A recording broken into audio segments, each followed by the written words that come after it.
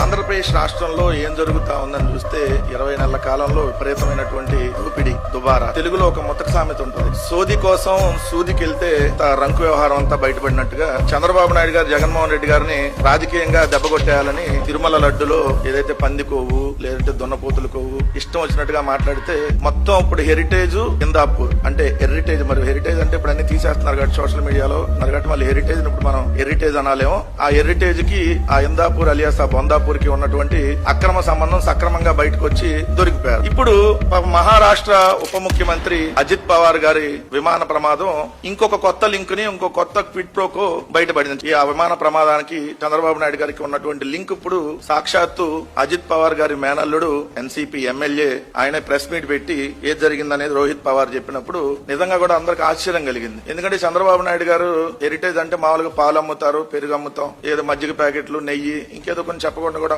అమ్ముతా ఉంటారు అనుకోండి, అది వేరే వ్యవహారం. ఇది ఒకటే ఉందేమో అనుకున్నారు హెరిటేజ్ అంటే. హెరిటేజ్ ఫిన్లీజ్ అనేది ఒకటి ఉందని ఎవరికి తెలియదు, వేరే ఏం లేదనుకున్నారు అందరు. సో ఇప్పుడు హెరిటేజ్ ఫిన్లీజ్ అనేది ఒకటి ఉంది. ఆ హెరిటేజ్ ఫిన్లీజ్ అనేది విఎస్ఆర్ వెంచర్స్ అంటే చంద్రబాబు నాయుడు గారు ఈ హెరిటేజ్ ఫిన్లీజ్ నుంచి విఎస్ఆర్ వెంచర్స్ లోకి పెట్టుబడి పెట్టినటువంటి వ్యవహారం ఈ రోజు రోహిత్ పవార్ బయటకు తీసిన తర్వాత నిజంగా ఎంత క్విడ్ ప్రోకో ఇక్కడ జరుగుతా ఉంది, ఏ విధంగా రాష్ట్ర సంపదని చంద్రబాబు నాయుడు గారు తన బినామీ కంపెనీలకో లేదంటే తాను పెట్టుబడి పెట్టినటువంటి కంపెనీలకో ఎలా ప్రభుత్వ ధనాన్ని దోచిపెడతా ఉన్నాడంటానికి ఈ విఎస్ఆర్ వెంచర్స్ లింకులు ఒకసారి మనం చూస్తే బయటకు వస్తాయి.